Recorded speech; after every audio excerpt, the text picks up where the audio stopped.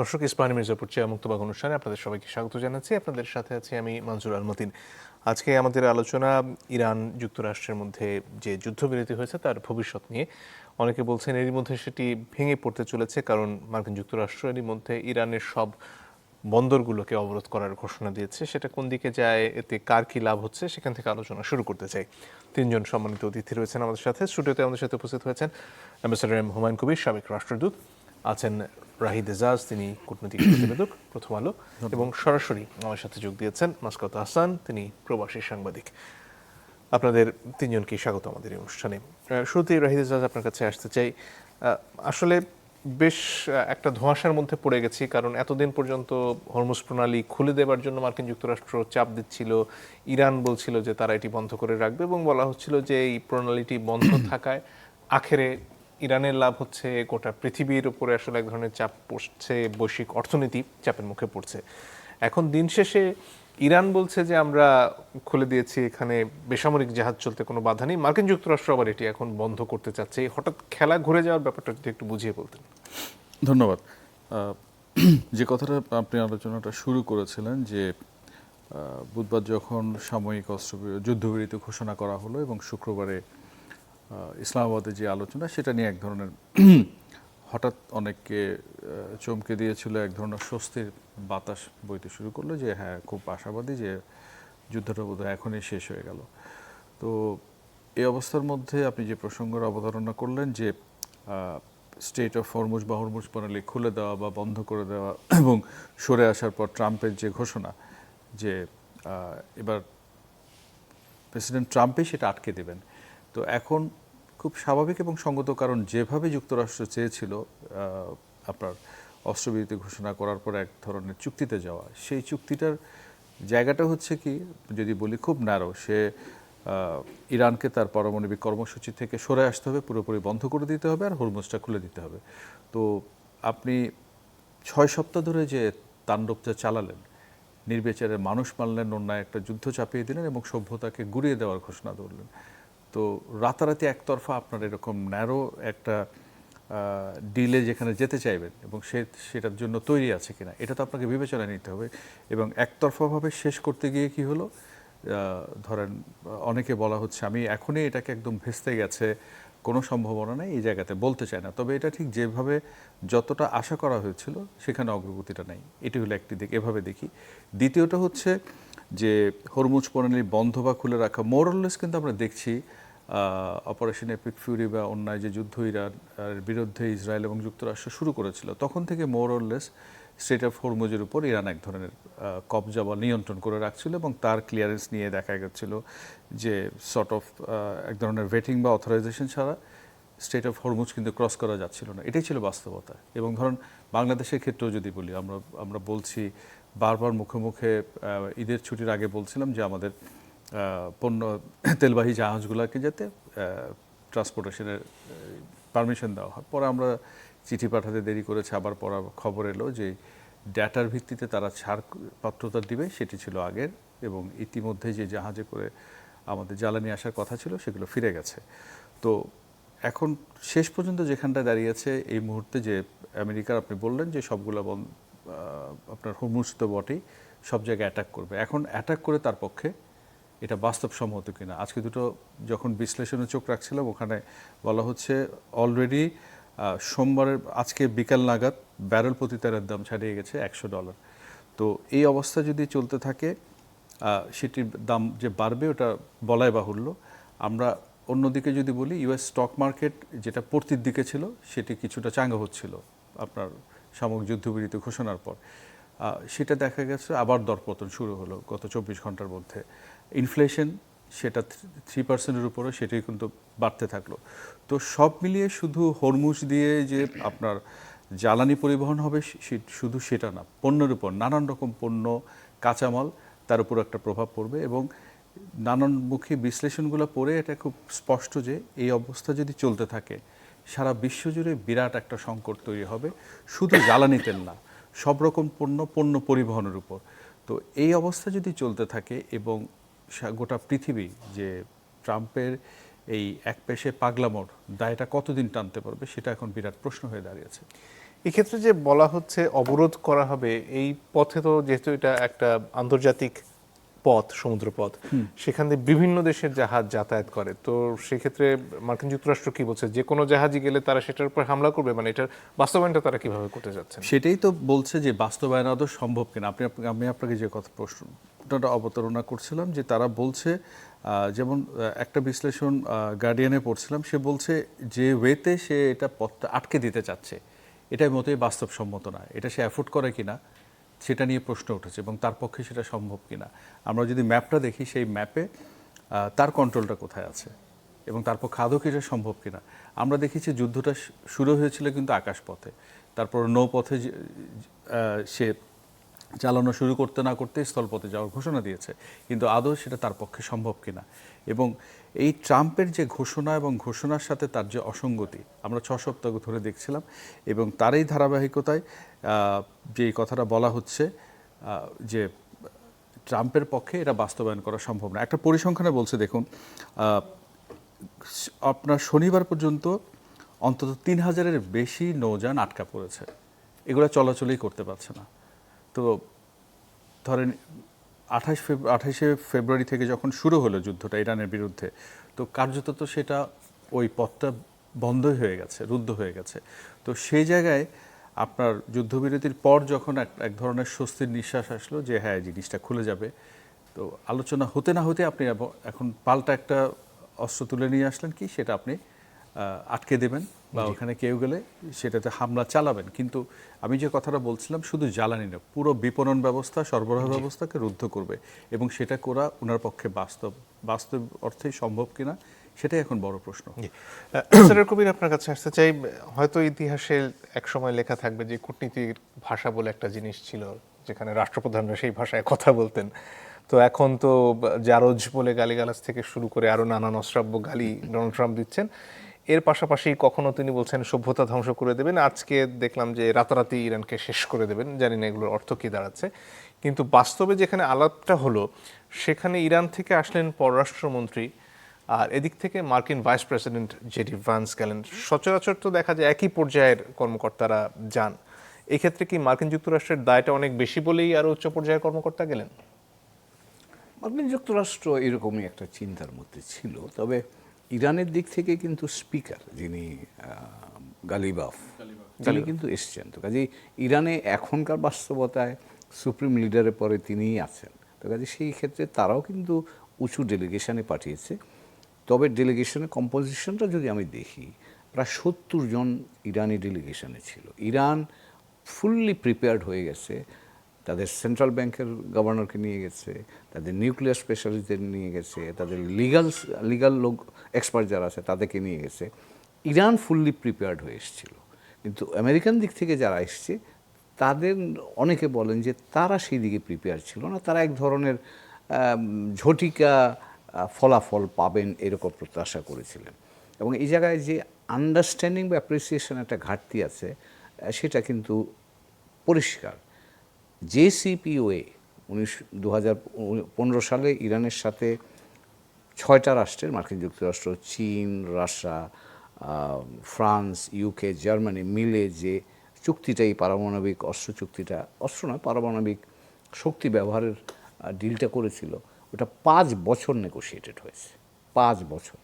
তো কাজে এইখানে আপনি মার্কিন যুক্তরাষ্ট্র এখন বলছে তারা অ্যাকচুয়ালি চাচ্ছে, এবং এই 2025 সালের জুনে যে আক্রমণটা হয়েছে সেখানেও তারা এই প্রস্তাব দিয়েছিল, তোমার এই পারমাণবিক যে ইউরেনিয়াম, এনরিচড ইউরেনিয়াম আছে, এটা ফেরত দিতে হবে বা সরিয়ে দিতে হবে, তোমার এখানে রাখা যাবে না। ইরান সেটা প্রত্যাখ্যান করেছে। জেনেভাতে যেই মিটিংয়ের চলাকালীন সময়তেই ফেব্রুয়ারির 28 তারিখে আক্রমণটা হলো, তখন ওই একই প্রস্তাব তারা দিয়েছে। ইরান কিন্তু সেরকম এটা বলছেন আমি করব না। তো এখন আমার ব্যক্তিগত মতামত হচ্ছে, নেগোসিয়েশনের, আমি এনপিটি নিয়ে খানিক দিন কাজও করেছিলাম, ইরান এটা ছাড়বে না, এখন তো আরও বেশি ছাড়বে না। কারণ কেন ছাড়বে না, এই মার্কিন নীতিগুলোই কিন্তু ইরানকে এখন এই জায়গায় নিয়ে গেছে। ইরান মনে করছে এখন যে লিবিয়াতে কিন্তু একসময় পারমাণবিক প্রকল্প ছিল, গাদ্দাফি মার্কিন যুক্তরাষ্ট্রের অনুরোধে সেটা পরিত্যাগ করেছিল, পরবর্তীতে কিন্তু মার্কিন আক্রমণেই গাদ্দাফি 2011 সালে নিহত হয়েছেন, এবং তার শুধু ক্ষমতা জানি যান পর্যন্ত গেছে। তো এই অভিজ্ঞতাগুলি কিন্তু ইরানকে এখন এমন একটা জায়গায় নিয়ে গেছে, যেমন নর্থ কোরিয়া যেহেতু পারমাণবিক অস্ত্র আছে, সেই কারণে মার্কিন যুক্তরাষ্ট্র কিন্তু তার সাথে ঝগড়া করতে যায় না বা তার সাথে কোনো দ্বন্দ্বে জড়ায় না।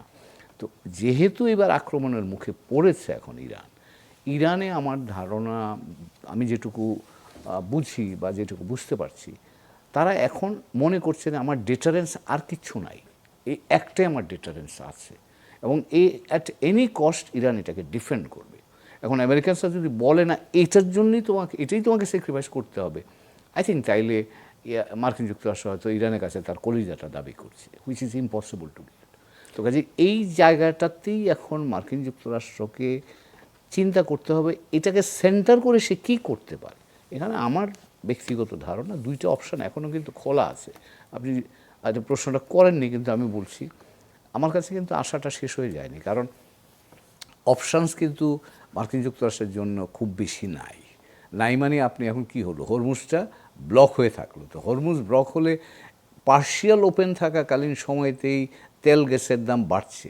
আপনি যেই মাত্র এই ঘোষণাটা দিচ্ছেন, এখন তো এমনিতেই এটা আরও বেশি দাম বাড়তে থাকবে। এখন এই বাড়ার কষ্টটা মার্কিন যুক্তরাষ্ট্রের অভ্যন্তরীণ রাজনীতির উপর গিয়ে পড়ছে, বাড়ার কষ্টটা সারা পৃথিবীর মধ্যে পড়ছে।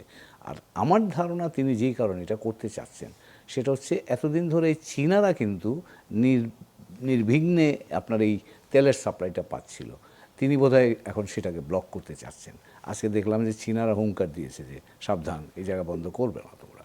তো কাজেই এখন কিন্তু মানে ট্রাম্পের জন্যও একটা difficult how to implement that. এবং আপনি যে প্রশ্নটা রাহিতকে করেছিলেন, সেটা শুধু ইরানিয়ানদের জন্যই, ইরানিয়ান তেলের জন্যই এটা ব্যবহার করবে, অন্যান্য যেগুলো আছে তারা যেতে পারবে, তাদের জন্য কোনো অসুবিধা নেই।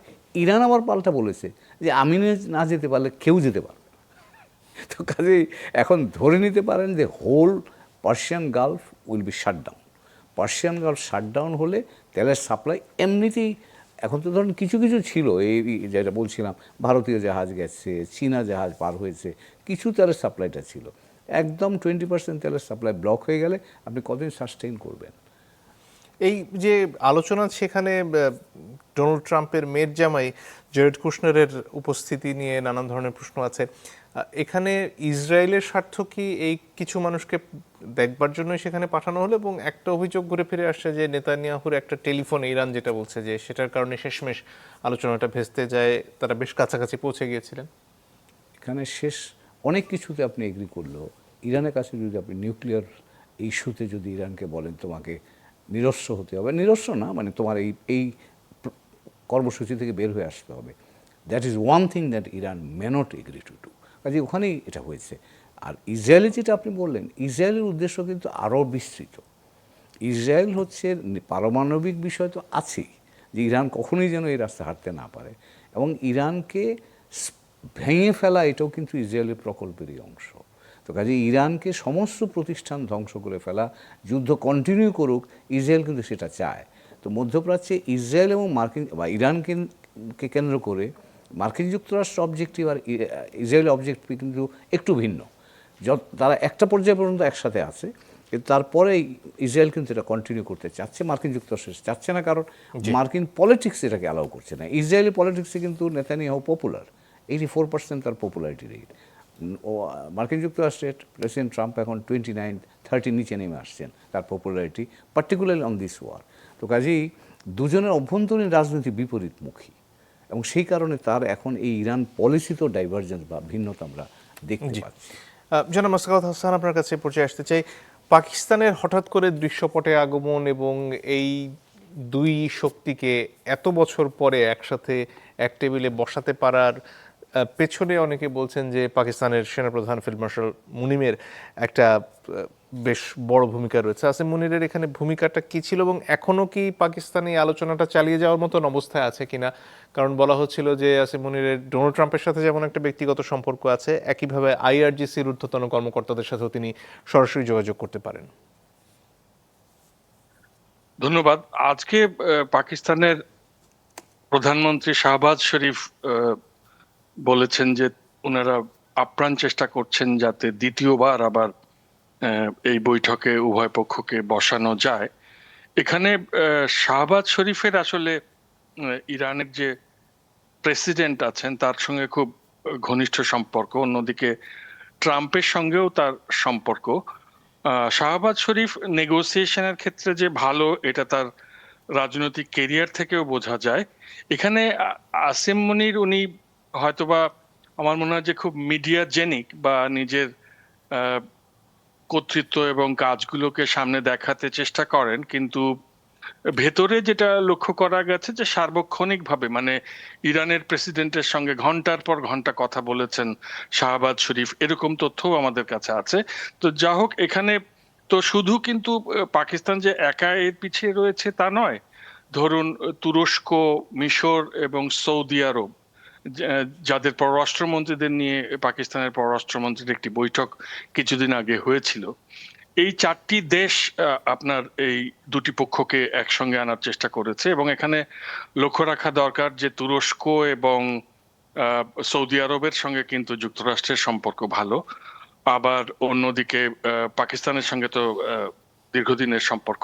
অন্যদিকে আপনি দেখুন যে তুরস্ক এবং পাকিস্তানের সঙ্গে আবার ইরানেরও সম্পর্ক আছে। কাজে আমার কাছে মনে হয় যে এই চারটি রাষ্ট্রের সম্মিলিত চেষ্টাতেই এরকম ভাবে অর্ধশতক পরে দুটি বৈরী রাষ্ট্রকে বসানো সম্ভব হয়েছিল পাশাপাশি। তবে আজকে যেটা বললেন পাকিস্তানের প্রধানমন্ত্রী শাহবাজ শরীফ, যে তারা আপ্রাণ চেষ্টা করছেন এবং এই যোগাযোগগুলো রয়েছে আর কি, যে ফোনে আলাপ আলোচনা সেগুলো এখনো অব্যাহত রয়েছে, এরকম ইঙ্গিত পাওয়া গেছে।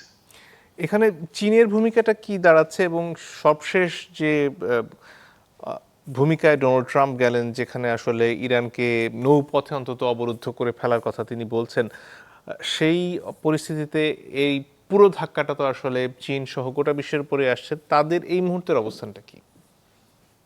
চীন, আপনি নিশ্চয়ই জানেন যে চীন 80% জ্বালানি ইরান থেকে আমদানি করে, এবং যে কারণে এই যে জলপথ বা সমুদ্র অবরোধ, এই প্রসঙ্গে কিন্তু আহ, এই প্রথমবারের মতো চীনের প্রতিরক্ষা মন্ত্রী একটি স্টেটমেন্ট দিয়েছেন, যেখানে তিনি সব পক্ষকে শান্তি বজায় রাখার ইঙ্গিত দিয়েছেন। আসলে প্রতিরক্ষা মন্ত্রীর স্টেটমেন্ট চীনের পক্ষ থেকে এটা নিশ্চয়ই মনোযোগের দাবি রাখে। এখন চীনকে আসলে ডোনাল্ড ট্রাম্পের নিয়মটা মানে এই পলিসিটা দেখে মনে হয়েছে অবরোধের, যে উনি আসলে চীনকেই বাধাগ্রস্ত করতে চেষ্টা করছেন, যাতে করে চীন ইরানকে এই প্রস্তাবে রাজি করাতে পারে, যে পারমাণবিক প্রকল্পটি বন্ধ করতে হবে। কিন্তু আপনি নিশ্চয়ই আরো জানেন যে বেল্ট অ্যান্ড রোডস ইনিশিয়েটিভ যেটা আছে, রেল লাইন, রেল যোগাযোগ রয়েছে চীন থেকে কাজাকিস্তান এবং তুর্কমেনিস্তান হয়ে ইরান পর্যন্ত, সেটার মাধ্যমে 2016 থেকে কিন্তু পণ্য পরিবহন চলছে। কাজেই ট্রাম্প যেটা ভেবেছেন যে এই যে জ্বালানি জাহাজ বন্ধ করে দিয়ে চীনকে হয়তো জ্বালানি সরবরাহ থেকে আটকাবেন, সেটা কতটা বাস্তবসম্মত সেটা দেখার বিষয়। কিন্তু অন্যান্য দেশগুলো তো এতে, জাপান বা অন্যান্য দেশগুলো এতে আসলে এফেক্টেড হবে। এখন দেখার বিষয় যে একটা বিষয় পরিষ্কার করা বোধহয় প্রয়োজন। হ্যাঁ। একটু আগে অ্যাম্বাসেডর হুমায়ুন কবির বলছিলেন যে ইরানের জাহাজকে মার্কিন যুক্তরাষ্ট্র বাধা দেবে, অন্যদেরকে দিচ্ছে না। সেক্ষেত্রে ধরুন ইরান থেকে তেল নিয়ে যদি চীনের জাহাজ আসতে চায়, তার কি হাল হবে? তাকেও বাধা দিবে মানে ট্রাম্প তো, আমার মনে হয় যে স্যার শুনেছেন যে ট্রাম্প বলেছেন যে মানে ইরানের হরমুজ প্রণালীতে যাচ্ছে বা আসছে এরকম উভয় রকমের জাহাজকেই বাধা দেওয়া হবে। ইরানি জাহাজকে তো বাধা দেওয়া হবেই, কিন্তু যারা ওখানে পণ্য আনতে যাবে বা বেরিয়ে আসবে তাদেরকেও বাধা দেওয়া হবে। তাদেরকে তাদের পারমিশন নিয়ে সেখান থেকে বের হতে হবে বা এরকম, মানে তারাও আরেকটি পক্ষ হয়ে দাঁড়াতে চেষ্টা করছে, যেহেতু তারা অলরেডি অবস্থান নিয়েছে আরব সাগরে পূর্ব দিকে, তারা এই ব্লকেট সৃষ্টি করেছে। কাজেই অন্যান্য দেশেরও সমুদ্র যোগাযোগ বাধাগ্রস্ত হবে, যারা বিশেষত ওই এলাকা থেকে জ্বালানি বা অন্যান্য পণ্য সংগ্রহ করে থাকেন। এখানে একটা কথা রাহিদ আজাদ একটু আগে বলছিলেন যে এটা বাস্তবসম্মত হবে কিনা, আসলে কি প্রক্রিয়ায় তিনি এটা করতে পারেন বা আদৌ সম্ভব কিনা, সেটা নিয়ে আসলে আপনারা কি শুনতে পাচ্ছেন? এখন ডোনাল্ড ট্রাম্পকে তো আমরা সবাই জানি যে উনি তার ক্যারিয়ারের শুরুর দিকে রেসলিং এর কমেন্টেটর ছিলেন, কাজেই উনি এই বিশ্ব রাজনীতিটাকে ওই রেসলিং এর আঙ্গিকেই দেখেন বোধহয়। উনি মনে করছেন যে এই যে ইসলামাবাদের আলোচনাটা, সেখানে ইরানকে রাজি করানো গেল না তার পারমাণবিক প্রকল্প বন্ধে, কাজেই বোধহয় সমুদ্র অবরোধ করলে তখন ইরান এটা মেনে নিতে বাধ্য হবে। উনার ওই মানে সবকিছু এরকম একটা অনুমানের উপর ভিত্তি করে করছেন, মানে উনি মনে করছেন যে এটা চাপ সৃষ্টি করছেন, কিন্তু এই চাপ সৃষ্টি করতে গিয়ে উনি যে আবার যুদ্ধবিরতির নিয়ম ভেঙে ফেলছেন সেটাও ট্রাম্প লক্ষ্য করছেন না। আসলে এটা একটা এমন ধরনের ম্যাডনেস বা উন্মাদনার মধ্যে পড়ে গেছে পুরো বিশ্ব, যেটা নিয়ে আমরা যে আলোচনা করছি, এই একটু পরে কি বলবে ট্রাম্প বা কি হবে সেটা বোঝাই কঠিন। তবে আকাশপথের যুদ্ধে ভালো রকম শিক্ষা কিন্তু ট্রাম্প পেয়েছেন। সেখানে তাদের 5টি মতো এয়ারক্রাফট ক্ষতিগ্রস্ত হয়েছে, 2টো হেলিকপ্টার ধ্বংস হয়েছে, কাজে আকাশপথে পারা যাবে না এটা তারা বুঝে গিয়েছেন। এখন ট্রাম্পের ধারণা যে যদি নৌপথে পরাস্ত করা যায় ইরানকে, বা তারপরে হয়তো মেরিন বুট হাঁটবে ইরানের মধ্যে দিয়ে, এরকম সব কল্পনা তার মধ্যে রয়েছে, কিন্তু এর কোনোটাই যে বাস্তবসম্মত নয় এটা হয়তো আমরা সবাই ধারণা করতে পারি। জি, মিস্টার রহমান কবির, আপনার কাছে ফিরে আসতে চাই। মার্কিন যুক্তরাষ্ট্রের ভেতরের অবস্থাটা কি? সেখানে যারা মেক আমেরিকা গ্রেট অ্যাগেইন ক্যাম্পেইনে খুব একেবারে সম্মুখ সারিতে ছিলেন, তারাও একেবারে প্রকাশ্যে এখন ডোনাল্ড ট্রাম্পকে গালমন্দ করছেন। নভেম্বরে মধ্যবর্তী নির্বাচন রয়েছে। সব মিলিয়ে ডোনাল্ড ট্রাম্পের ঘরের অবস্থাটা আসলে কি? খুব ভালো না। মানে যেটা মার্কিন যারা কমেন্টেটার্স আছেন তারা যেটা বলছেন, ইতিমধ্যেই তারা কিন্তু ঘোষণাও করছেন অনেকে যে Trump has already lost the mid term. মানে এই যে ধাক্কাটা নভেম্বর মাসেই তো হবে, তো কাজে এই ধাক্কাটা কিন্তু নভেম্বর পর্যন্ত যাবে। এবং এই যে ইনফ্লেশন বেড়ে গেছে, গত 2 বছরের মধ্যে হাইয়েস্ট ইনফ্লেশন ইউএসএতে। এখন আপনি তেলের দাম $4 উপর চলে গেছে, মানে আগে যেটা ছিল $2-2.5 এটা $4 হয়েছে। এখন এই যে আজকে যেটা আবার বলছে যে অবরোধ করবে, এই ব্লকেটে গিয়ে এটা কততে ওঠে তার ঠিক নাই। তো কাজেই মার্কিন যুক্তরাষ্ট্রে মানুষের, সাধারণ মানুষের উপর এই অর্থনৈতিক চাপটা বাড়ছে। আর আমেরিকাতে বলাই হয় যে পিপল ভোট থ্রু দেয়ার পকেট বুক। তার অর্থ হচ্ছে যে আপনি ইকোনমির এফেক্ট যখন আপনার গায়ে লাগবে তখনই আপনি অন্যদিকে যাবেন। এবং এই ইরান ইস্যুতে পার্টিকুলারলি যেটা বলছে, 29% মতো দেখলাম মানুষ এটাকে মনে করছে যে হ্যাঁ এই কাজটা ঠিক হচ্ছে। তার হচ্ছে 70% প্লাস এই কাজটা ঠিক হচ্ছে না, এই যুদ্ধটা, এই মতামত দিচ্ছে। তার অর্থ হচ্ছে যে অভ্যন্তরীণভাবে একটা বড় ধরনের চার্নিং হচ্ছে। ম্যাগা যেটা বললেন আপনি, মেক আমেরিকা গ্রেট এগেইন, তারা কিন্তু অস্থিরতায় ভুগছে। তো ম্যাগা তার নিজের বেস যেটাকে ম্যাগা বেস, তারাও এটাকে মনে করছে যে এই যুদ্ধটা তাদের জন্য না, এটা তাদের কোনো কাজে আসছে না। এবং সেখানে এক ধরনের চিত ধরা যদি বলি তার মেগা ক্যাম্পে সেটা হচ্ছে। ডেমোক্র্যাটরা এখন নতুন করে এনার্জি পাচ্ছে, তারা এখন আস্তে আস্তে এটাকে পুঁজি করে নেক্সট ইলেকশনে যাবে।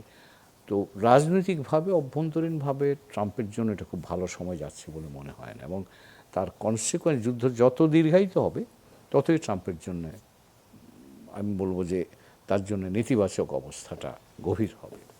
মার্কিন যুক্তরাষ্ট্রেই অনেকে বলতে শুরু করেছেন যে এই যুদ্ধে খুব পরিষ্কারভাবে মার্কিন যুক্তরাষ্ট্রের পরাজয় হয়েছে। প্রশ্ন হচ্ছে এই যে যেভাবে তাদের আগ্রহেই অনেকটা যুদ্ধবিরতির দিকে আসতে হলো মার্কিন যুক্তরাষ্ট্রকে, বা এখনো খুব একটা সুবিধাজনক জায়গায় তারা যেতে পারছেন না, এটা আসলে মার্কিন যুক্তরাষ্ট্রের একটা বৈশ্বিক ক্ষমতাধর দেশ হিসেবে যে প্রভাব, সেটার পতনের শুরু কিনা? অনেকে তাই বলছেন। তার কারণ হলো কয়েকটা বিষয়। একটা হচ্ছে ধরেন ইরান, আমরা যদি তার আগের একটু ঐতিহাসিক ঘটনা প্রবাহ দেখি, 73 সাল থেকে কিন্তু ডলার সারা পৃথিবীর মুদ্রা হিসেবে আবির্ভূত হয়েছে এবং সেটা কানেক্টেড ছিল কিন্তু পেট্রোলের সাথে, যে কারণে পেট্রো ডলার বলা হয়ে থাকে কথাটা। এবং আমরা এটাও ইতিমধ্যে জানি যে গত প্রায় বছর 10 ধরে ব্রিক্স, চীন, রাশিয়া, ভারত একটুখানি এই ব্যাপারে দ্বিধান্বিত আছে এখনো পর্যন্ত, কিন্তু চীন, রাশিয়া একটা অল্টারনেটিভ কারেন্সির জন্য কিন্তু ব্রিক্সের আওতায় অনেকদিন ধরে চেষ্টা করছে। আমার ধারণা এই যে অল্টারনেটিভ বা ডলারাইজেশন যেটাকে বলা হয়, ডলার থেকে বেরিয়ে গিয়ে একটা নতুন অর্থনৈতিক কাঠামো দাঁড় করানো, এই যুদ্ধের মধ্য দিয়ে একটা ইঙ্গিত পাওয়া যাচ্ছে যে এই ডলারাইজেশনটা প্রসেসটা সম্ভবত একটু গতি পেতে পারে। কারণ ইরান বলছে যে আমার এখান থেকে তেল কিনলে ইউয়ান দিয়ে তেল কিনতে পারো তোমরা, বা আমরা বিক্রি করব। তার অর্থ হচ্ছে যে ওই পেট্রো ডলার যেমন সৌদি আরবের সাথে লিঙ্ক আপ করে পেট্রো ডলার হয়েছিল, এখন ইউয়ানও কিন্তু এরকম পেট্রো ইউয়ান হয়ে যেতে পারে যদি এই প্রক্রিয়াটা মার্কিন যুক্তরাষ্ট্রটা টোটালি ডোমিনেট না করতে পারে। ইরান যদি খালি টিকে থাকতে পারে তাইলে কিন্তু আপনি এই প্রক্রিয়াটা শুরু হবে। এবং এখানে তো আমরা ভাই যেটা বলছিলেন একটু আগে, চীন তো বড় ক্রেতা, চীন তো এই ইরানের তেলের বড় ক্রেতা, এবং চীন এখন ধরেন যেভাবে মার্কিন যুক্তরাষ্ট্র তার কৌশলগত অবস্থানের দুর্বলতা যেভাবে প্রকাশ করে ফেলেছে, এই গালফ কান্ট্রিজগুলোতে এতদিন মার্কিন যুক্তরাষ্ট্রকে তাদের সিকিউরিটি প্রোভাইডার হিসেবে দেখতো, এখন তো মার্কিন যুক্তরাষ্ট্র তাদের সিকিউরিটি কে দেবে? ইরান তো তাদের মার্কিন যুক্তরাষ্ট্রের ঘাঁটিগুলোর উপর সরাসরি আক্রমণ করেছে। তার অর্থ হলো এই যে স্ট্র্যাটেজিক যে স্ট্রেংথ বা শিল যেটা তারা ব্যবহার করেছে এতদিন, এখন সেটা নিয়েও কিন্তু আলাপ আলোচনা হচ্ছে যে আমরা কি গালফে আলোচনা হচ্ছে যে আমরা কি মার্কিন যুক্তরাষ্ট্রের এই শিল্ডের আওতায় থাকবো, তারা কি পারবে আমাদেরকে দিতে? তো এইখানেও পুনর্বিবেচনা হচ্ছে। তার অর্থ যে আপনি কৌশলগতভাবে মার্কিন যুক্তরাষ্ট্রের অবস্থান মানুষ এখন পুনর্নির্ণয় করছে। অর্থনৈতিক যেটা সবচেয়ে বড় শক্তি ডলার, এই ডলারের ব্যাপারে মানুষ এখন বিকল্প চিন্তা করছে। এবং যুদ্ধে যদি কোনো কারণে মার্কিন যুক্তরাষ্ট্র এখান থেকে মানে তার লক্ষ্য অর্জনে ব্যর্থ হয়, তাহলে কিন্তু আপনি ডলারাইজেশন প্রসেস অ্যাক্সিলারেটেড হবে। সেখানে ধরেন চীন তো এখানে যাবে, রাশিয়া সেখানে সমর্থন করবে, ইন্ডিয়া এতদিন পর্যন্ত হেসিটেন্ট ছিল।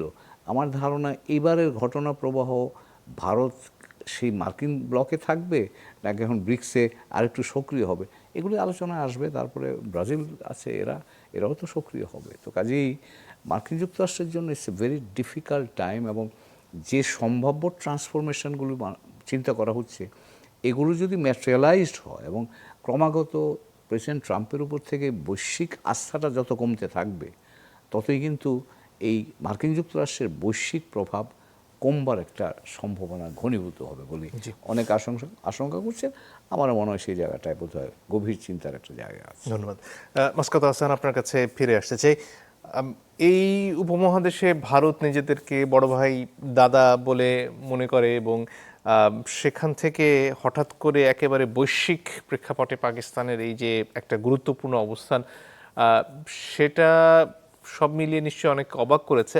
একটা কারণ বলা হচ্ছে যে মার্কিন যুক্তরাষ্ট্রের সাথে তাদের তো সম্পর্ক রয়েছেই, এর পাশাপাশি সৌদি আরবের সাথে যেহেতু পাকিস্তানের একটা প্রতিরক্ষার চুক্তি রয়েছে, সেই কারণে যুদ্ধ প্রলম্বিত হলে পাকিস্তানকে সরাসরি এই যুদ্ধে জড়িয়ে পড়তে হতে পারে, এই ধরনের একটা কথা অনেকে বলছেন। পাকিস্তানের ভূমিকাটা আসলে এই মুহূর্তে কি দাঁড়াচ্ছে এবং সেটা আসলে বৈশ্বিক প্রেক্ষাপটে পাকিস্তানকে আরো গুরুত্বপূর্ণ জায়গায় নিয়ে গেছে কিনা?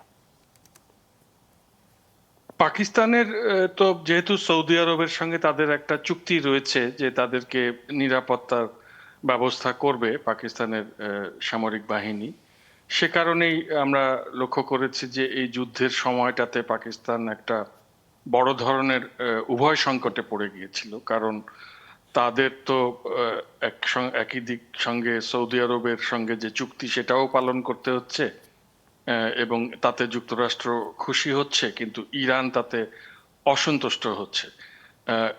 আর একটা ব্যাপার হচ্ছে যে যেহেতু এই যুদ্ধের সময়টাতে লক্ষ্য করবেন যে যেহেতু মানে আমরা যে ট্রাম্পকে নিয়ে আলোচনা করছি, ট্রাম্প হয়তো একজন ঘোড়া, কিন্তু এর চাবুক তো আছে আসলে ইসরায়েলের নেতানিয়াহুর হাতে। কেননা এর আগে কোনো আমেরিকান প্রেসিডেন্ট তো এই যুদ্ধে রাজি হননি। তারা নানান রকম নিষেধাজ্ঞা দিয়েছেন, কিন্তু যুদ্ধে রাজি হয়েছেন কেবলমাত্র ট্রাম্প। তো এখন এই যুদ্ধ চলার সময়টাতে দেখা গেছে যে যেহেতু আমেরিকাকে ইসরায়েলকে নিরাপত্তা দিতে বাধ্য হতে হয়েছে, ফলে এই যে গালফ স্টেটগুলো বা মধ্যপ্রাচ্যের দেশগুলো যাদের সঙ্গে আমেরিকার চুক্তি রয়েছে যে তাদেরকে নিরাপত্তা দেবে, তারা তো নিরাপত্তাহীন হয়ে পড়েছিল, যে কারণে তাদের মধ্যে কিন্তু এখন অন্যরকম চিন্তা ভাবনা দেখা যাচ্ছে যে তারা অন্য কারো উপর ভরসা করবে কিনা, আমেরিকার উপরে আর ভরসা করে থাকা ঠিক হবে কিনা। ওই জায়গাটাতেও পাকিস্তান আমার ধারণা যে একটা সুযোগ খুঁজছে, এরকম একটা, যেহেতু সৌদি আরবে তারা রয়েছে। কিন্তু এখন এই যে সংঘাতটা, এটা যদি আহ, পাকিস্তান বন্ধ করতে না পারে বা অন্তত কিছুটা হলেও ভূমিকা রাখতে না পারে, তাহলে তাদের সৌদি আরবের সঙ্গে চুক্তিটা তারা রক্ষা করতে পারবে না, এবং পাকিস্তানের যে ভঙ্গুর অর্থনীতি তা তো সৌদি আরবের উপরে নির্ভরশীল, চীনের উপরে নির্ভরশীল। তো এখানে আসলে আমার ধারণা যে যেহেতু একটা ভূ রাজনৈতিক অবস্থান, দেখুন চীনের সঙ্গে ইরানের সঙ্গে কিন্তু পাকিস্তানের সীমান্ত রয়েছে। আবার এই যে ইরান এবং উম, যুক্তরাষ্ট্র উভয়ের সঙ্গে যে একটা সুসম্পর্ক, এই ব্যাপারগুলোই তাকে একটা বলবো যে ওয়ার্ল্ড জিও পলিটিক্যাল থিয়েটারে গুরুত্বপূর্ণ জায়গায় এনে দিয়েছে, এবং তারাও এই সুযোগ হাতছাড়া করতে চায়নি। কিন্তু আমার কাছে মনে হয়েছে যে তাদের আসলে ওই সৌদি আরবের চুক্তিটা বাঁচানোটাও এর মধ্যে একটা তাদের উদ্দেশ্যের মধ্যে রয়েছে। এটা কি এরকমটা বাস্তবসম্মত জনাব ধারণা। হাসান যে যদি যুদ্ধটা আরো সামনে গড়ায় তখন পাকিস্তানের পক্ষে কি সম্ভব সামরিকভাবে এই যুদ্ধে অংশগ্রহণ করা বা তাদের সৈন্য পাঠানো ইরানে? সেটা মনে হয় না যে পাকিস্তানের পক্ষে সম্ভব। এটা এইভাবে কোনো দেশই যে সম্পৃক্ত হবে এমনটা মনে হয় না, কেননা আহ, এই মুহূর্তে অন্যান্য দেশগুলো চীন রাশিয়ার পদক্ষেপ দেখেও নিশ্চয়ই আপনারা বুঝতে পারছেন যে তারা হয়তো তথ্য সাহায্য করছে বা প্রযুক্তি সাহায্য করছে, আহ, ওই রকম কিছু, বা ইন্টেলিজেন্সের সহযোগিতা করছে। ওইরকম কিছু সহযোগিতা হয়তো পাকিস্তান করতে পারে, কিন্তু যেভাবে তার আহ, যুক্তরাষ্ট্রের কাছে কমিটমেন্ট রয়েছে এবং সৌদি আরবকে রক্ষারও কমিটমেন্ট রয়েছে, সেখান থেকে সে এই যুদ্ধে ইরানকে সরাসরি সহযোগিতা করার সুযোগ কম। তবে হয়তো ইরানের সঙ্গে এই সুসম্পর্ক কাজে লাগিয়ে সৌদি আরবে হামলা যাতে না হয়, সেই ব্যাপারটাতে হয়তো বা খানিকটা ইরানের সুপারিশ বিপক্ষেও কি করতে পারে। সৈন্য পাঠানোর কোনো সম্ভাবনা আছে?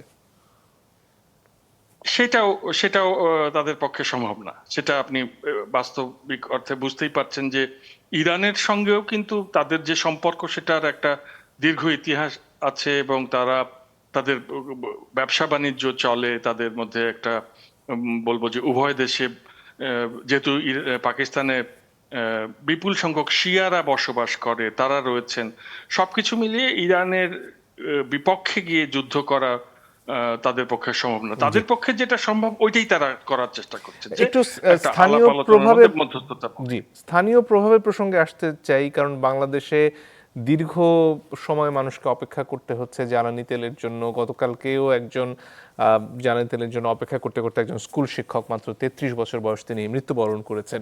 পাকিস্তানে আসলে জ্বালানি তেলের পরিস্থিতিটা কি এবং জ্বালানি নিরাপত্তার জন্য তারা আসলে কি করছেন? পাকিস্তানের যেহেতু ইরান থেকে একটা জ্বালানি সরবরাহের সুযোগ রয়েছে, এবং আপনি জানেন যে এটা কিন্তু সড়ক পথেই তারা নিয়ে আসতে পারে, ওই দিক থেকে তাদের সমস্যা কম হয়েছে। কিন্তু পাকিস্তান সরকার কিন্তু চেষ্টা করেছিল যে জ্বালানির মূল্য অনেকটা বাড়িয়ে দিতে, পরে জনবিক্ষোভের মুখে সেটা তারা পারেনি, যে কারণে জ্বালানির তেল মোটামুটি একটা স্থিতিশীল জায়গায় রাখতে হয়েছে। কিন্তু পাকিস্তানের যেটা ঘটেছে গত 10 বছরে, সোলার এনার্জি বা সৌরশক্তি, এক্ষেত্রে পাকিস্তান সরকারের কোনো কৃতিত্ব নাই। সাধারণ মানুষ ব্যক্তিগতভাবেই সৌরশক্তি ব্যবহার করায় তারা আর ওই যে আহ, জ্বালানি পুড়িয়ে যে বিদ্যুৎটা উৎপাদিত হয় তার উপরে অতটা নির্ভর করে না। ওই দিক থেকে খানিকটা জ্বালানি সাশ্রয় হয়েছে পাকিস্তানের। তবে যদি এই অবস্থা দীর্ঘায়িত হয়, তাহলে পাকিস্তানের অবস্থাও খুব স্বাভাবিকভাবেই খুবই ভঙ্গুর হয়ে পড়বে, যেহেতু অর্থনীতিতে তারা বাংলাদেশের চেয়েও দুর্বল। সুতরাং তাদের সেই দুশ্চিন্তার জায়গাটাও রয়েছে। তবে মোটামুটি পরিস্থিতিটা আমরা দেখেছি, যেমন ধরেন পেট্রোল পাম্পে তেল পাওয়া যাচ্ছে, সেরকম লম্বা সারি নেই, এরকম দেখে মোটামুটি ধারণা করা যায় যে তাদের সরবরাহটা সুনিশ্চিত রয়েছে এখন পর্যন্ত। রাহিদ এজাজ, আপনার কাছে ফিরে আসি। যে প্রসঙ্গে একটু আগে জনাব আহসান তুললেন যে এর আগে অনেক মার্কিন প্রেসিডেন্টকে চাপ দেওয়া হয়েছে এই যুদ্ধে জড়িয়ে পড়ার জন্য, কেউই রাজি হননি। ডোনাল্ড ট্রাম্প কেন রাজি হলেন এবং তিনি কি কোনোভাবে আসলে ইসরায়েলের কাছে বাধা পড়ে আছেন কিনা, এবং সেটাই যদি হয়ে থাকে তিনি আসলে কোনো সমাধানের দিকে যাওয়ার মতন পরিস্থিতিতে বা একটা স্থায়ী যুদ্ধবিরতিতে যাওয়ার দিকে যাওয়ার জন্য যা প্রয়োজন সেটা করার মতন অবস্থায় আছেন কিনা? দেখুন, আপনাদের এখানেই বোধহয়, আমি যদি ভুল না করি, একটা অনুষ্ঠানে বোধহয় আমি আর হুমায়ুন ভাইও ছিলাম, এই যে এপেক নিয়ে বলা হয়, যে যে কথাটা বলা হচ্ছিল বারবার, এবং সে ফর্মার ডিরেক্টরও বলছিলেন যে তাকে, আপনি আলোচনার শুরুতে বলছিলেন যে বিশেষণগুলো ডোনাল্ড ট্রাম্পকে দেওয়া হচ্ছে, খোদ তার শিবিরও, উল্টো শিবিরও বটে। আসলে যে অবস্থায় ডোনাল্ড ট্রাম্প দাঁড়িয়ে গেছেন, যে তাকে এক ধরনের তার মানসিক ভারসাম্য আসছে কিনা, সেটাই একটা বড় প্রশ্ন। যখন আপনি আনহিঞ্জড ম্যাডম্যান বলা হচ্ছে। হ্যাঁ, তো এইটা কখনো আমেরিকান হিস্ট্রিতে কখনোই ঘটেনি, নজিরবিহীন একটা ঘটনা। আর তো সেই জায়গাতে আমরা এসে দেখছি, উনি তো, আমরা বেশ কয়েকবার আলোচনায় বলেছিলামও যে উনি পালাবার পথ খুঁজছিলেন, হ্যাঁ, যে কোনো না কোনোভাবে। কারণ আপনি এয়ার স্ট্রাইক করার পর, আমি যদি ভুল না করি, 5 থেকে 6টা বিমান তার ভূপাতিত হয়েছে, এবং খুবই হাস্যকর, যেখানে শত নয় হাজার মানুষ মারা গেছে, হাজার হাজার, কয়েক হাজার মানুষ। একজন আমেরিকান আপনার মেরিন আপনার তাকে পাইলট উদ্ধার হয়েছেন, সেটা নিয়ে ট্রুথ সোশ্যালে স্তুতির বন্যা, সাহস এবং তার গৌরব গাথার বর্ণনা করছে। সেটা করতে গিয়ে দুটো বড় বিমান ভূপাতিত হয়েছে। তো এই যখন অবস্থা, আমরা কি করে বলি যে তার পথ আছে? যেমন একটু আগে বলছিলাম যে ডেস্ট্রয়ারের কথা হুমায়ুন ভাই বলছিলেন, আমি শুরুতে যে আলোচনায় বলছিলাম যে কিভাবে আপনার স্যান্ডকম এটা অপারেট করবে, ব্লকেড, এর কোনো কিন্তু আপনার কোনো তথ্য উপাত্ত কিছুই কারো কাছে নেই। ধরা যাক হয়তো আপনি জোর করে সেই জাহাজগুলোকে আপনার রুট পরিবর্তন করতে বাধ্য করলেন, এখন তারা সেই রুট পরিবর্তনে বাধ্য হবে কিনা, এটি তো একটা বাস্তবসম্মত নয়। যেখানে অ্যাসিমেট্রিক ওয়ারে গেছে, যে ওয়ারটা ছিল ওয়ার অফ চয়েস, তো সেই জায়গাতে গিয়ে ট্রাম্প তো এখান থেকে বের হয়ে আসতে পারবেন বলে তো কোনো ইঙ্গিত আমরা এখন পর্যন্ত দেখছি না।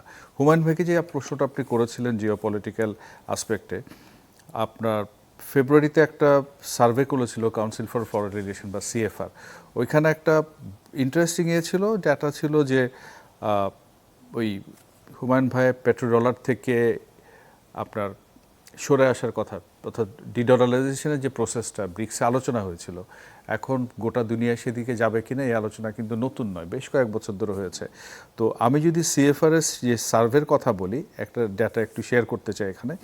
ওখানে বলা হয়েছিল যে জিওপলিটিক্যালি গত এক বছরে যুদ্ধ শুরুর আগে, এবং সেখানে কনসিডারেশনে নেওয়া হয়েছিল গত জুন মাসে আমরা জানি ইরানের উপর যে হামলা চালানো হয়েছিল সেটা সহ রেসিপ্রোকাল টেরিফ, অনেকগুলো পাগলামি ক্যাক করে। তাই সার্ভেটার মূল উদ্দেশ্য ছিল যে জিওপলিটিক্যাল একটা শিফট হচ্ছে কিনা টুয়ার্ড চায়না, এবং পার্টিকুলারলি সাউথ ইস্ট এশিয়ান কান্ট্রিগুলোতে। সেখানে ইন্দোনেশিয়াতে বলা হচ্ছে তারা তাদের 80% মনে করেন যে চায়নার দিকে ঝুঁকে যাওয়া উচিত। মালয়েশিয়াতে সেটা 68%, সিঙ্গাপুরে 66, থাইল্যান্ডে 55, ব্রুনাইতে 54, লাওতে 50। তো এই যখন অবস্থা, এটা হচ্ছে দেশগুলোর ঝুঁকে পড়ার হার, অর্থাৎ চীনের দিকে যাবে নাকি যুক্তরাষ্ট্রের দিকে যাবে। অর্থাৎ যখন সার্ভেটা করা হচ্ছে, এক বছরের ট্রাম্পের যে পাগলামি, তার যে পলিসিগুলো। আর কিছু প্রশ্ন ছিল খুব উল্লেখযোগ্য, যে সেখানে কিছু প্রশ্ন করা হচ্ছিল যে US leadership under president Trump, তাদের টপ পলিটিক্যাল কনসার্নের মধ্যে নাম্বার 1, 52% রেসপন্ডই সেটা করেছে। তারপরে গ্লোবাল স্ক্যাম সেন্টারের ফলোড বাই 51, তারপরে aggressive behaviour in south China, এটা ছিল তাদের 3 নাম্বার।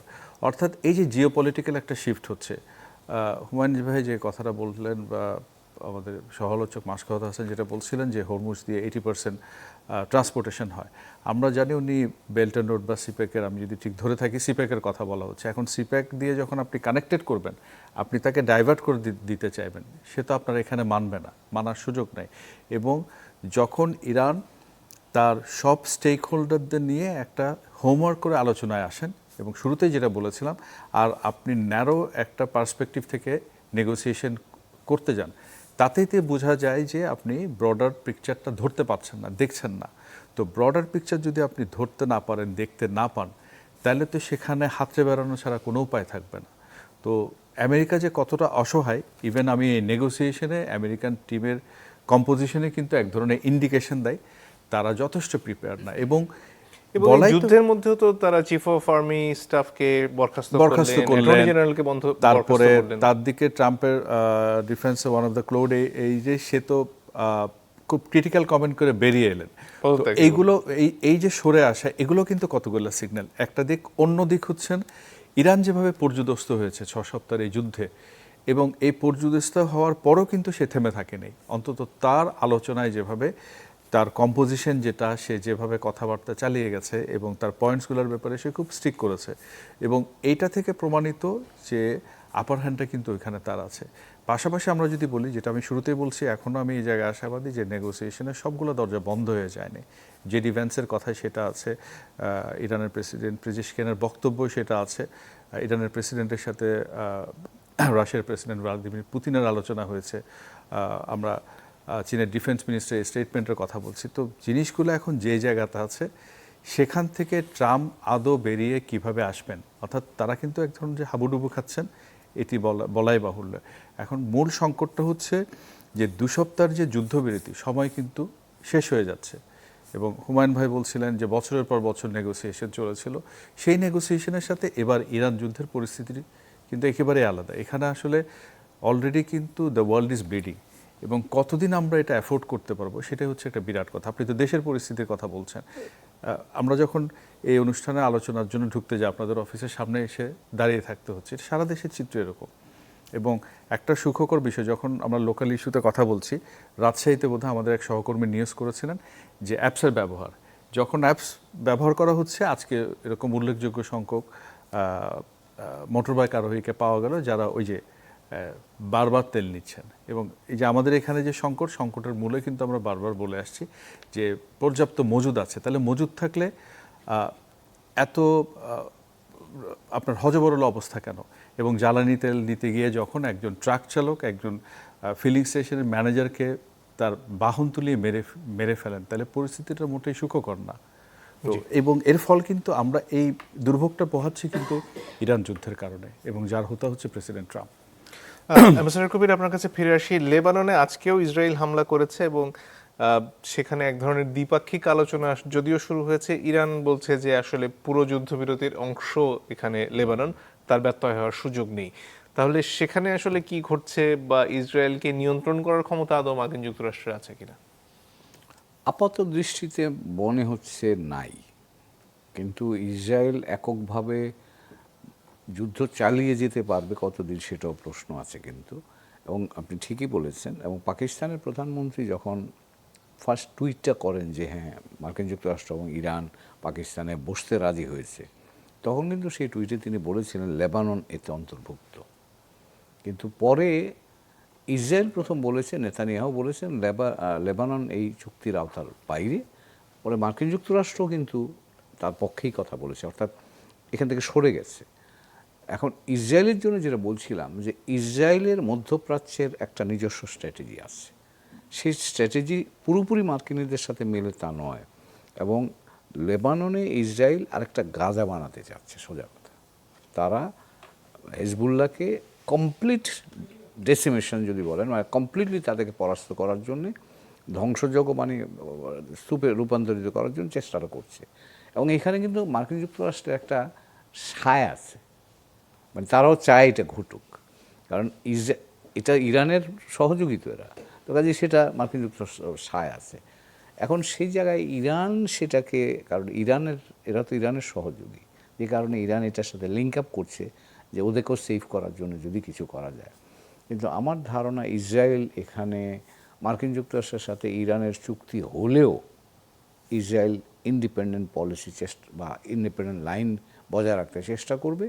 এবং ওখানে যদি তাদের পক্ষে সম্ভব হয়, তাহলে হিজবুল্লাহকে কোমর ভেঙে দেওয়ার জন্য তারা চেষ্টা করবে। পারবে কিনা দ্যাটস এ ডিফারেন্ট ইস্যু, কারণ হিজবুল্লাহরা কিন্তু এবার তাদের এক ট্যাঙ্ক বহরকে পুরোপুরি নষ্ট করে দিয়েছে। তো কাজেই Hezbollah has also learned a few lessons, তারা সেই টেকনিকগুলো এখন ব্যবহার করছে। আর ইরান যদি টিকে থাকে, ইরান তাকে সাপ্লাই দেবে আবার। এবং এই যুদ্ধ কিন্তু লেবাননে ইসরায়েলের জন্য বহুদিন ধরে, 82 সালে একবার হয়েছে, 2006 সালে একবার হয়েছে, এখন আবার হচ্ছে। তো কাজে এগুলি কয়েকদিন পর পর এই যুদ্ধ হয়। জনাব মাসুদ হাসান, আপনার কাছে ফিরে আসি। যদি যুদ্ধ শেষ করতে হয়, যে 10 দফা নিয়ে আলোচনা শুরু হয়েছিল, সেখান থেকে আসলে কোন কোন বিষয়গুলো মেনে নিয়ে এখানে সমাধানের দিকে এগোতে পারে দুটো দেশ? পারমাণবিক প্রকল্প বন্ধের যে দাবিটা নিয়ে আসলে ট্রাম্প জোরাজুরি করছেন, ওই জায়গাতে তো ইরানকে রাজি করানো কঠিন, কেননা সে তো ধরুন এই যে ফেব্রুয়ারি মাসেও কিন্তু জেনিভায় আলোচনায় অংশ নিয়েছে এ ব্যাপারে, এবং সেখানে যে নেগোসিয়েশন চলছিল সেটা কিন্তু অলমোস্ট একটা ট্রিটি সাইনের দিকে যাচ্ছিল, কিন্তু সেই মুহূর্তে দেখা গেল যে নেতানিয়াহু ট্রাম্পকে উস্কানি দিলেন এবং ট্রাম্প ইরানে হামলা করে বসলেন। তো মুশকিলটা হচ্ছে যে ইন্টারন্যাশনাল আন্তর্জাতিক পরমাণু শক্তি সংস্থা IAEA যেটা, তারাও কিন্তু এই যুদ্ধ চলার মধ্যেই তাদের স্টেটমেন্ট দিয়েছে যে ইরান তার যে ইউরেনিয়াম সমৃদ্ধ করছে তা কেবলমাত্র তাদের জ্বালানি উৎপাদন বা বেসামরিক বিষয়ে ব্যবহার করছে। কাজেই আবার অন্যদিকটা আপনি খেয়াল করেন যে ইসরায়েলেরও কিন্তু পারমাণবিক প্রকল্প রয়েছে, কিন্তু সেক্ষেত্রে তারা পলিসি অফ অ্যাম্বিগুইটি ফলো করে। তারা বলেও না যে আমাদের কাছে, তারা হ্যাঁ বা না কিছু বলে না পারমাণবিক অস্ত্র আছে কিনা। কাজে এরকম একটা ডাবল স্ট্যান্ডার্ড ধরে রেখে যে ইসরায়েলের ক্ষেত্রে অনুশীলিত নির্লিপ্ততা আর ইরানের ক্ষেত্রে আমি জোর করে তার পারমাণবিক প্রকল্প বন্ধ করে দেব, এই জায়গাটাতেই আমার ধারণা যে নেগোসিয়েশন করা কঠিন হবে। অন্যান্য যে জায়গাগুলো আছে, যেমন ধরেন বলেছে যে হিজবুল্লাহকে নিষ্ক্রিয় করতে হবে বা তাকে কোনো সাহায্য করা যাবে না। তো সেই জায়গাটাতে আপনি আবার লক্ষ্য করেন যে এই যে যুদ্ধটা শুরু হওয়ার পরে তখন কিন্তু ইরানের রেজিম চেঞ্জ করার জন্য যুক্তরাষ্ট্র চেষ্টা করেছিল ইরান এবং ইরাকের কুর্দিদের সাহায্য দিয়ে তাদেরকে এই বিক্ষোভে যুক্ত করার জন্য। কুর্দিরা রাজি হয়নি, কেননা এর আগে যুক্তরাষ্ট্র তাদেরকে ইরাকে এবং সিরিয়ায় ব্যবহার করেছে, কিন্তু ব্যবহারের পরে তারপরে আর তাদের কোনো দায়িত্ব নেয়নি। সুতরাং দেখুন, যুক্তরাষ্ট্র যেখানে নিজে কুর্দিদের ব্যবহার করেছে এর আগে এবং ব্যবহারের চেষ্টার প্রমাণ এই যুদ্ধের মধ্যেও রয়েছে, সেখানে সে হিজবুল্লাহ প্রসঙ্গে যখন কথা বলতে যায় যে ইরান তাকে সাহায্য করছে, তাহলে সেটাও একটা ডাবল স্ট্যান্ডার্ড হয়ে যায়। ফলে আর ইরান তো এমন কোনো দুর্বল জায়গায় ছিল না, এবং ইরান কিন্তু এই শান্তি আলোচনায় নিজে থেকে আসতেও চায়নি। প্রথমে কিন্তু এই এই আগ্রহটা যুক্তরাষ্ট্রের পক্ষ থেকে, কেননা সেখানে আটকে গেছে এবং ইরানকেই বরং অনেক অনুরোধ করে এখানে হাজির করতে হয়েছে। কাজেই নেগোসিয়েশনে আপনি বুঝতেই পারছেন পারমাণবিক ইস্যুটাকে ট্রাম্প এনেছেন যাতে সমাধানটা দীর্ঘায়িত হয়। মানে যুক্তরাষ্ট্রের অন্যান্যরা হয়তো জেডি ভ্যান্সও সমাধান চাইছেন, কিন্তু ধরুন 21 ঘন্টার মধ্যে 15 বার ট্রাম্প তাকে ফোন করেছেন বলে আমরা জেনেছি। আবার মিটিং এর মধ্যে নেতানিয়াহু জেডি ভ্যান্সকে ফোন করেছেন। সুতরাং নেগোসিয়েশন যেখানে চলছে বা চেষ্টা চলছে একটা সমঝোতার, তখন যদি উস্কানিগুলো আসতে থাকে অন্য পক্ষের কাছ থেকে, মানে ইসরায়েল থেকে, সেক্ষেত্রে জটিলতা বাড়বেই। আমি খুব মানে আশা করার মতো পরিস্থিতি অন্তত এই মুহূর্তে দেখছি। জি, রাহিদ এজাজ আশার আলো দেখেন কিনা খুব সংক্ষেপে। না, আমি আমাকে যদি বলেন মিক্সড একটা হোপ এখনো, যেটা বলছিলাম যে যুদ্ধ তাড়াতাড়ি শেষ হয়ে যাবে এবং অনেকেই এটাকে হুমায়ুন ভাইয়া লক্ষ্য করেছেন এবং আমাদের সহকর্মীরাও যখন বলেন যে আলোচনা ভেস্তে গেছে, সব শেষ, আমি এখনো মনে করি যে আশার আলোটা পুরোপুরি নিভে যায়নি। কিন্তু আপনি স্টেট অফ হরমুজ অ্যাটাক করবেন, আটকে দেবেন এবং ইরানকে খালি বলবেন যে তুমি তোমার পারমাণবিক কর্মসূচি শেষ করে দাও। তো এই রকম খুব ন্যারো জায়গা থেকে যদি দেখেন তাহলে জিনিসটা হওয়ার কোনো সুযোগ বা সম্ভাবনা নাই। কিন্তু তারপরও এখন বিভিন্ন পক্ষ যেহেতু আছেন, আমরা পাকিস্তানের কথা এই জন্যই বলছি, সামনে পাকিস্তানকে রেখে অনেকগুলো দেশ কিন্তু এখানে যুক্ত আছেন। তো সেই জায়গাতে আমি একদম আশাটা ছেড়ে দিতে রাজি নই, যে পথটা আমরা এখন আসার পথটা আছে, এবং একটা জিনিসই হচ্ছে আমাদের সময়টা খুব কমে আসছে, সেটাই উদ্বেগের জায়গা। অ্যাম্বাসেডর কবির কি কিছু যোগ করতে চাচ্ছেন? ধন্যবাদ আপনাকে। আমি রাহিদ এজাজ যেটা বললেন তার উপরে একটু যোগ করি, সেটা হচ্ছে মার্কিন যুক্তরাষ্ট্র এবং ইসরায়েল ইরানকে অনেক বছর ধরে কিন্তু ভয়টা দেখাচ্ছে যে তোমাকে আমি তোমার বিরুদ্ধে যুদ্ধে যাব। তো যুদ্ধ তো এখন হয়ে গেছে, তো এখন কিন্তু এই কূটনীতি ছাড়া আর কোনো অপশান নাই। তো কাজেই আপনাকে এখন আবার ফিরতে হবে, এবং কিভাবে ফিরবে দ্যাটস এ ডিফারেন্ট ইস্যু। অনেক অনেক ধন্যবাদ আপনাদের তিনজনকেই। দর্শক, আপনাদেরকে ধন্যবাদ জানিয়ে বিদায় নিচ্ছি।